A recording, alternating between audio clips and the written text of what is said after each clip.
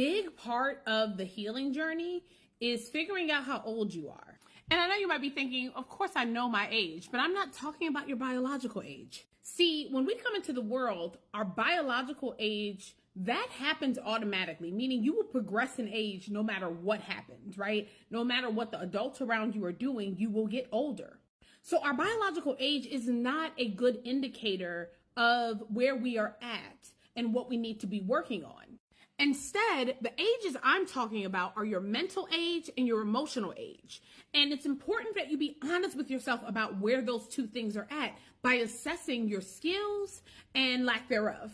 So looking at your ability to emotionally regulate and how skilled you are at that, your ability to identify your emotions amongst other things like emotional intelligence, your communication skills, healthy conflict resolution skills, the things that the adults were supposed to teach you from about 1 year old all the way till 18 plus that they had access to you. But if they didn't teach you those things, most likely because they don't even have those skills. So if you really want to know what skills you're lacking, look at the people who raised you. What skills are they lacking? That means that they did not teach you, because that would be like expecting your parent to be able to teach you Italian even though they don't speak Italian. It's never going to happen. So you want to figure out, how old am I really? Biologically, I know, but mentally and emotionally, maybe I'm still 6 years old. And if I want to progress from being 6, I have to meet myself where I'm at and start reparenting myself without shame, just realizing that I can't get to where I deserve to be until I'm honest about where I am at and no longer make excuses, because that requires us